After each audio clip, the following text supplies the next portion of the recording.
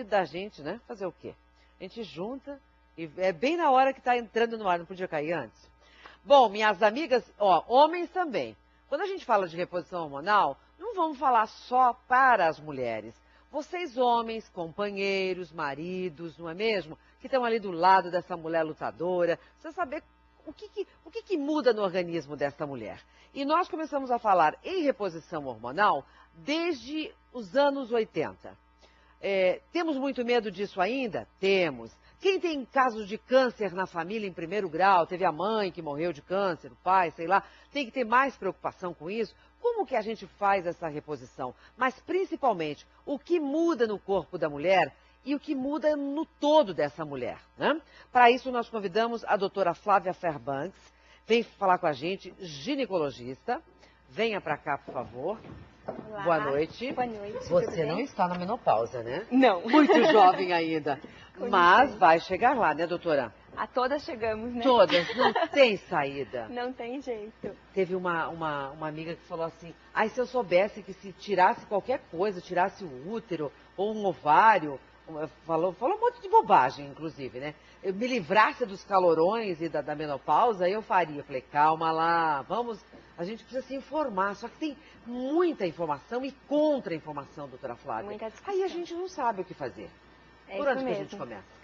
Então, o primeiro passo que a pessoa tem que pensar bem é na sua qualidade de vida. Então, a gente tem que pensar que a mulher que vai pensar em fazer reposição hormonal ou não fazer reposição hormonal, ela tem que ter uma indicação. Ninguém faz reposição hormonal porque o médico quer. Isso era uma verdade nos anos 80, 90, mas hoje em dia a gente vê que tem mulheres que precisam e tem mulheres que não precisam. Que não precisam. A alteração é significativa. Sim, as alterações fisiológicas, o que o organismo mostra pra gente, isso acontece em todo mundo. Mas tem mulheres que passam muito bem por esse período e não tem nenhum tipo de queixa e continuam com uma qualidade de vida ótima, então nesse caso elas não precisam fazer reposição nenhuma. Eu tenho duas imagens, a doutora trouxe umas imagens que são importantes, porque às vezes a gente precisa ver, né? Como a gente não consegue enxergar dentro da gente, é importante que a gente veja o que muda lá dentro. E por isso que a gente fica cheia de problemas. Nós temos aqui o interior de uma vagina, o colo do útero de uma pessoa que não está, né? Aqui, ó.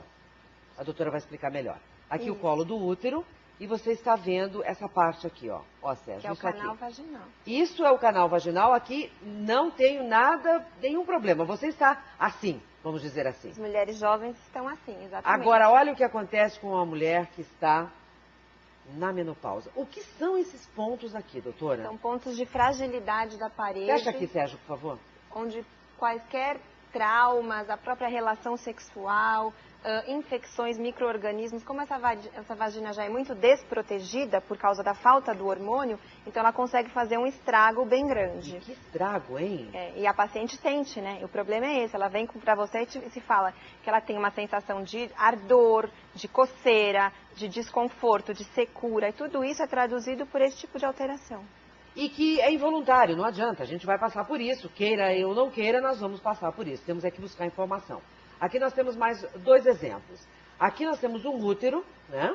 Isso, da de uma mulher jovem. Exato. E aqui? É o útero da mulher na menopausa, que ele já começa a atrofiar. Ele então, ele diminui? Ele diminui de volume, ele atrofia. Porque a função básica do útero, na verdade, é a reprodução, né?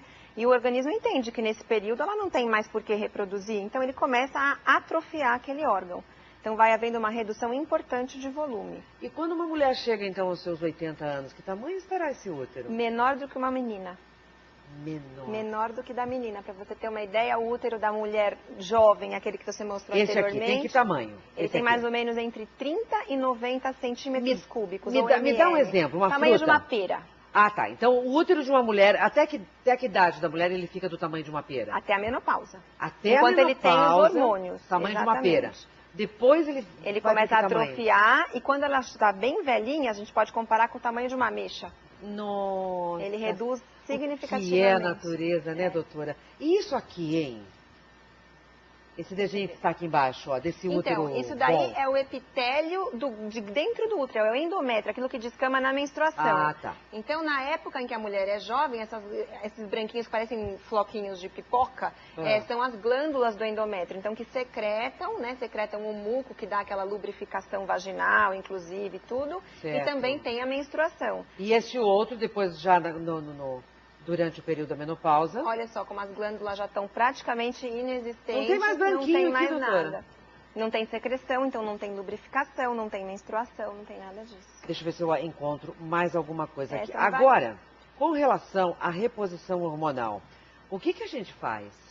Então, na verdade, a pessoa que tem indicação, e qual que é a indicação básica hoje em dia? É o problema maior de todos, que é ondas de calor, que não resolvem com nenhum outro tipo de medicamento. Então, o que acontece? A mulher está menstruando, de repente começa a falhar as menstruações, que é o primeiro processo antes de entrar definitivamente na menopausa.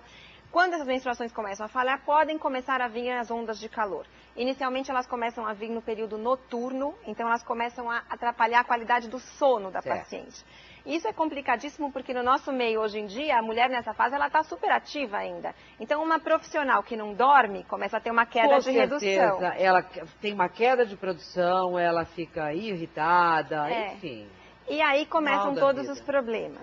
Então, essa paciente, num segundo momento, ela também passa a ter as ondas de calor durante o dia. Então, o período completo fica muito chato, né? Ela não tem mais uma qualidade de vida.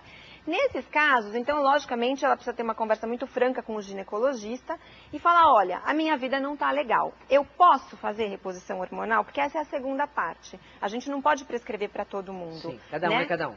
Então tem que ver todo o histórico dessa paciente, o que ela já teve de problemas de saúde. Então a gente fala muito do câncer, mas, por exemplo, um problema do fígado, que não seja um câncer, pode ser impeditivo à reposição hormonal. Então uma paciente que tem hepatite, uma hepatite crônica, cirrose ou qualquer coisa dessa, ela não pode tomar hormônio. Às vezes ela não tem o câncer, não tem caso de câncer na família, mas tem uma doença que impeça. Exatamente. Então ela vai passar por uma avaliação minuciosa do seu histórico de saúde e tudo mais. E uma vez que o médico não encontre nenhuma contraindicação, e isso ele faz em base no histórico da paciente, no exame físico da paciente e também se apoia em exames complementares. Exames de sangue daí? Exames de sangue e principalmente mamografia, ultrassonografia, tudo que afaste que ela já possa ter um câncer. Se não acontecer nada, não encontrar nada disso, aí ele pode sugerir para ela a reposição hormonal. E essa reposição se dá de que forma? Com injeções, com esses adesivos na pele? Então, existem várias possibilidades, né? Então, inclusive, ela pode optar se ela quer tomar hormônio ou se ela quer uma medicação fitoterápica, que são dessas mais naturais, derivadas de plantas e tudo mais, que em muitos casos também funcionam. Mas em casos mais severos, ela precisa realmente fazer a reposição com hormônios. E o hormônio a gente tem por via oral, né, os comprimidos, existem os hormônios injetáveis, existem os hormônios em gel que passa na pele, existem adesivos, existe hormônio vaginal, quer dizer, tem uma série de vias que ela também vai ver o que se adequa mais ao seu tipo de vida. E esses hormônios que são implantes? Então, os implantes, eles vêm ganhando espaço no mercado pelo seguinte, existem dois tipos de implante principalmente. Existem os implantes de progesterona, aqueles que colocam no braço, que não resolvem a sintomatologia da mulher, mas eles funcionam basicamente para proteção do endométrio, para evitar que ela desenvolva um câncer no útero. Eles não são tão usados na menopausa, eles têm uma função um pouquinho antes da menopausa, mais importante. E existem hormônios que também na forma de implantes hoje em dia, que são de testosterona ou de androgênios, que repõem a parte masculina. Tá, mas aí a mulher não vai ficar com a voz grossa, vão começar a surgir pelos no rosto. Pode ser um efeito colateral, né? Então, assim, toda vez que ela começa com uma atividade ou com uma reposição nessa linha, ela tem que ser super bem controlada, acompanhada. E no primeiro sinal de que está havendo alguma virilização ou o surgimento de alguma modificação da linhagem masculina, precisa ser interrompida. Quem teve um caso de câncer na família, então, precisa cuidar com relação à reposição. Sim.